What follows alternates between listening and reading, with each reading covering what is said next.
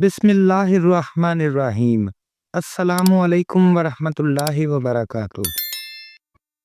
तारीख़ इब्ने असाकर में है कि हुज़ूर नबी करीम सल्लल्लाहु अलैहि वसल्लम की दुनिया में तशरीफ़ आवरी से 1000 साल पहले की बात है कि यमन का बादशाह तब अव्वल हमेरी था। एक मर्तबा वो अपनी सल्तनत के दौरा को निकला। 12,000 आलम हकीम और 1,32,000 सवार और 1,13,000 प्यादा अपने हमरा लिए हुए इस शान से निकला कि जहां भी पहुंचता उसकी शान और शौकत शाही को देखकर मखलूक खुदा चारों तरफ से नज़ारा करने को जमा हो जाती। वो बादशाह जब दौरा करता हुआ मक्का मुअज़्ज़मा पहुंचा तो अहले मक्का से कोई उसे देखने न आया। बादशाह बहुत हैरान हुआ और अपने वजीर आजम से उसकी वजह पूछी तो उसने बताया कि इस शहर में एक घर है जिसे बैतुल्लाह कहते हैं।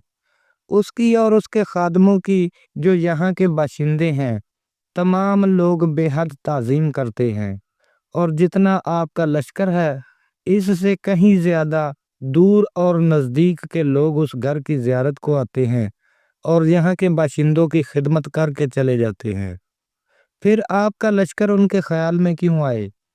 ये सुनकर बादशाह को बहुत गुस्सा आया और उसने कसम खाई।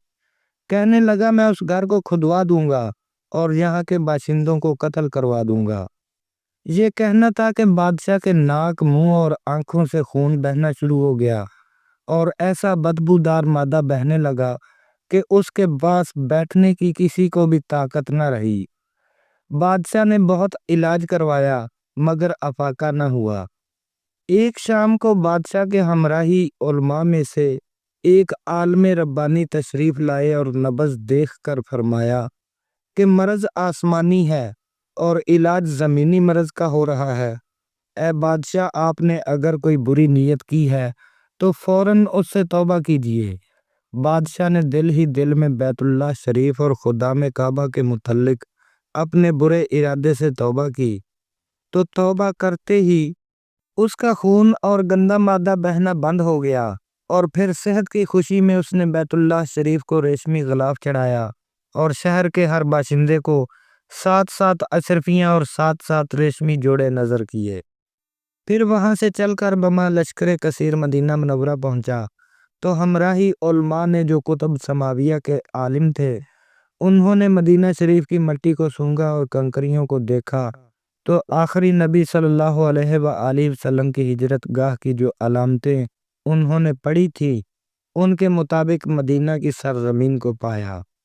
उन्होंने बाहम अहद कर लिया कि हम यहाँ से नहीं जाएंगे, हम यहाँ ही मर जाएंगे मगर इस सरजमीन को न छोड़ेंगे। अगर हमारी किस्मत ने साथ दिया तो कभी न कभी जब नबी आखिरुज़्ज़मान सल्लल्लाहु अलैहि वसल्लम यहाँ तशरीफ लाएंगे हमें भी ज़ियारत का शरफ हासिल हो जाएगा, वरना हमारी कब्रों पर तो ज़रूर ही कभी न कभी उनके नालाने मुबारक की मुकद्दस खाक उड़कर पड़ जाएगी, जो हमारी नजात के लिए काफ़ी है। ये सुनकर बादशाह ने उन उलमा के लिए 400 मकानात बनवाए और उस बड़े आलम रब्बानी के मकान के पास हुजूर सल्लल्लाहु अलैहि वसल्लम की खातर एक 2 मंजिला उम्दा मकान तैयार कराया और वसीयत कर दी कि जब आप सल्लल्लाहु अलैहि वसल्लम तशरीफ लाए तो ये मकान आप सल्लल्लाहु अलैहि वसल्लम की आरामगाह होगी और उन 400 उलमा की काफ़ी माली इमदाद की और कहा कि मेरा ये ख़त उन नबी आखिरुज़्ज़मान सल्लल्लाहु अलैहि वसल्लम की खिदमत अक़दस में पेश कर देना और अगर ज़िंदगी भर तुम्हें हुजूर सल्लल्लाहु अलैहि वसल्लम की ज़ियारत का मौका ना मिले तो अपनी औलाद को वसीयत कर देना कि नस्ल दर नस्ल मेरा ये ख़त महफूज रखें, हत्ता कि नबी आखिरुज़्ज़मान सल्लल्लाहु अलैहि वसल्लम की खिदमत अक़दस में पेश किया जाए।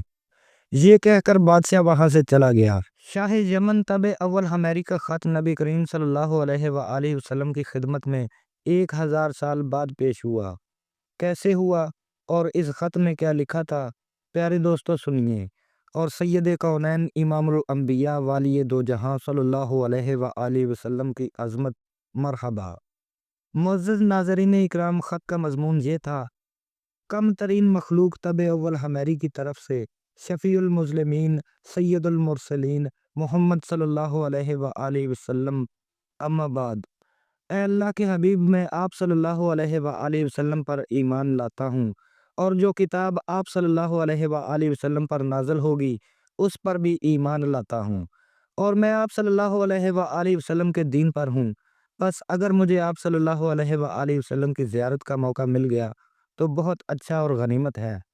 اگر میں آپ صلی اللہ علیہ وآلہ وسلم کی زیارت نہ کر سکا تو میری شفاعت فرمانا، اور قیامت کے روز مجھے فراموش نہ کرنا۔ آپ صلی اللہ علیہ وآلہ وسلم کی پہلی امت میں سے ہوں، اور آپ صلی اللہ علیہ وآلہ وسلم کے ساتھ آپ صلی اللہ علیہ وآلہ وسلم کی آمد سے پہلے ہی بیعت کرتا ہوں۔ میں گواہی دیتا ہوں کہ اللہ ایک ہے، اور آپ صلی اللہ علیہ وآلہ وسلم اس کے سچے رسول ہیں۔ شاہ یمن کا وہ خط نسل در نسل ان 400 علماء کے اندر بحفاظت چلا آیا، یہاں تک کہ 1000 سال کا عرصہ گزر گیا۔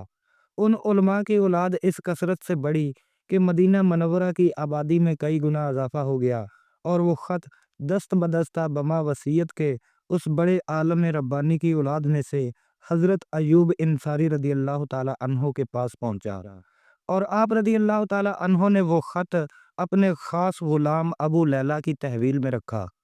جب حضور صلی اللہ علیہ وآلہ وسلم مکہ معظمہ سے ہجرت فرما کر مدینہ منورہ تشریف لائے، اور مدینہ منورہ کی الوداعی گھاٹی سنیات کی گھاٹیوں سے آپ صلی اللہ علیہ وآلہ وسلم کی اونٹنی نمودار ہوئی، تو مدینہ کے خوش نصیب لوگ محبوب خدا کا استقبال کرنے کے لیے جوق در جوق آ رہے تھے۔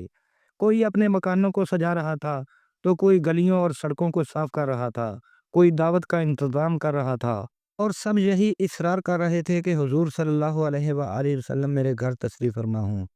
حضور صلی اللہ علیہ وآلہ وسلم نے فرمایا کہ میری اونٹنی کی نکیل چھوڑ دو، یہ جس گھر میں ٹھہرے گی اور بیٹھ جائے گی وہی میری قیام گاہ ہوگی۔ چنانچہ جو 2 منزلہ مکان شاہ یمن طب اول حمیری نے آپ صلی اللہ علیہ وآلہ وسلم کے واسطے بنوایا تھا، وہ اس وقت حضرت ایوب انصاری رضی اللہ تعالی عنہ کی تحویل میں تھا۔ اسی میں آپ صلی اللہ علیہ وآلہ وسلم کی اونٹنی جا کر ٹھہر گئی، تو لوگوں نے ابو لیلہ کو بھیجا کہ جاؤ حضور صلی اللہ علیہ وآلہ وسلم کو شاہ یمن طب اول حمیری کا خط دے آؤ۔ جب ابو لیلہ بارگاہ رسالت میں حاضر ہوئے تو حضور صلی اللہ علیہ وآلہ وسلم نے اسے دیکھتے ہوئے فرمایا، تو ابو لیلہ ہے؟ یہ سن کر ابو لیلہ حیران ہو گیا۔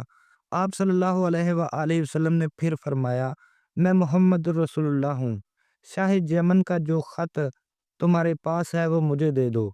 چنانچہ ابو لیلہ نے وہ خط آپ صلی اللہ علیہ وآلہ وسلم کی خدمت میں پیش کیا، اور حضور صلی اللہ علیہ وآلہ وسلم نے پڑھ کر فرمایا، صالح بھائی طبع کو آفرین اور شاباش ہے۔